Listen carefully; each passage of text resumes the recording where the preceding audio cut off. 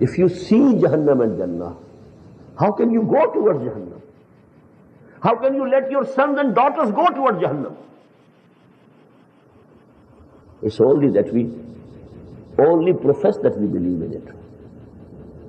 We all don't really believe in it.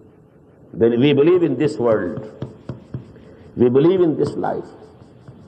We have faith in the luxuries, comforts, amenities of this life. Name, fame here in this world. Power, authority here in this world. And further, we are running. We are working day and night. All our strength, all our capabilities devoted.